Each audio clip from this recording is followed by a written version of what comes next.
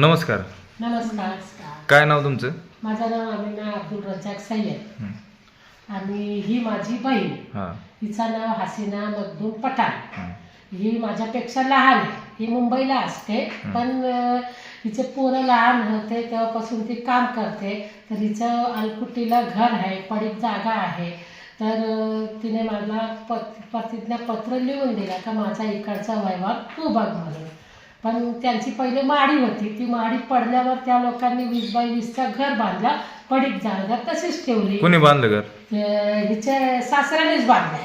अच्छा. काय तिच्या सासऱ्याचं नाव कासम मोहम्मद पठाण आणि बख्खल जागा होती, पडीक जागा. किती जागा होती बख्खल? त्याला पूर्ण म्हणजे 20x20चा घर होता. पाठीमागे बोळ होती, परत वटा होता, दगड मातीची भिंत होती, ते लोखंडी पत्रा होता. पण पहिले आमच्या बाजूला आमच्या समोर लोक राहतात, ते 5 भावांचं नाव त्या जागेवरती लागले. ते आमचे नातेवाईक पण नाही, रक्ताचे पण नाही, कोणच नाही लागत आमचे. मग कसं नाव कसं लागले असे डायरेक्ट? माहित नाही. पण आम्ही ग्रामपंचायतला लेटर देऊन विचारलं तर ग्रामपंचायतवाले बोलतात काय सिटी सर्वे परमाने इथे नाव लागले. मग सिटी सर्वे परमाने 2006 मध्ये त्यांचे नाव लागले.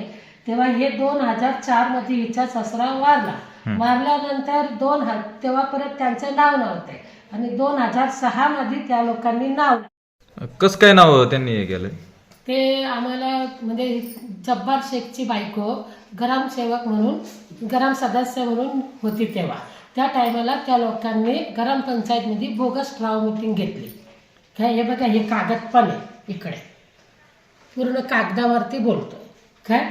आणि त्यांचे 5 भाऊचं नाव तिथे लावून घेतलं त्या लोकांनी. पण पहिल्याचे आमच्याकडे सगळे पुरावे आहे ना. मी पारनेरपर्यंत तिथे ग्रामपंचायतमध्ये पण किती वारंवार जाऊन आले.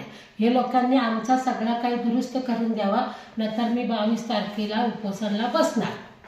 कुठं बसणार आहे उपोषण? अलकुटी ग्रामपंचायतच्या समोर. कोण कोण बसणार आहे? मी, माझी बहीण, अजून पण माझ्या बरोबर हिचे पोरं पण येतील. हे म्हणतात आता ते काय बरोबर आहे का यांचं?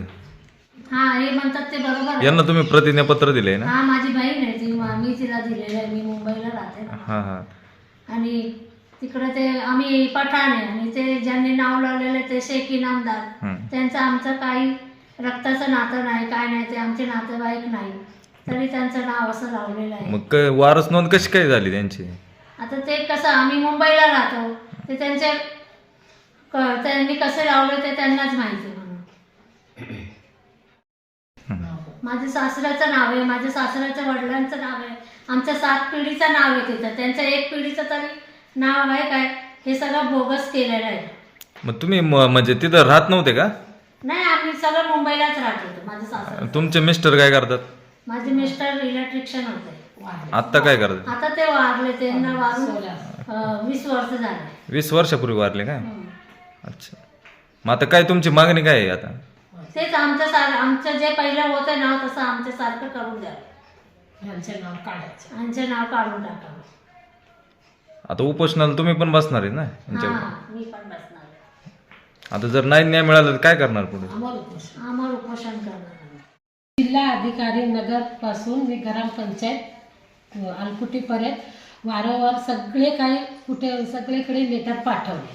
हे लोकांनी पण एकमेकांना लेटर पाठवले, पण मला अजूनपर्यंत त्याचा काही निरोप आला नाही आणि न्याय पण भेटला नाही. आणि माझ्याकडे सगळे कागदपत्र आहेत, जुने पण आणि नवीन पण. ते मला पूर्ण करून पाहिजे. आणि जी बोगस मीटिंग झाली त्याच्यात जे होते त्यांना कायदेशीर कारवाई करावी लागेल. मला जर न्याय नाही भेटला तर मी 22 जानेवारीपासून उपोषणाला बसणार ग्रामपंचायत अलकुटीच्या समोर.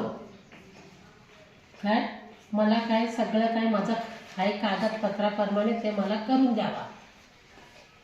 याच्या आधी तुम्ही कुठं तक्रार केली होती का त्यांच्या विरोधात? कुठं गेली? 2025 पासून मी नगरला केली, पारनेरला केली, इथे अलकुटीला केली, पण मला अजून न्याय भेटला नाही. कागदपत्र प्रमाणे केली मी सगळीकडे. मग आता काय भूमिका काय आहे, ठाम भूमिका तुमची पुढे? म्हणजे मला जर 22 तारखेपर्यंत न्याय नाही भेटला तर मी 25 पासून माझं पूर्ण कुटुंब 25 तारखेपासून अमर उपोषणला बसणार तिकडे ग्रामपंचायत समोर. म्हणजे 22 तारखेला तुम्ही साखळी उपोषण करणार हा, ग्रामपंचायत आळकोटी समोर. आलकोटी समोर. धन्यवाद.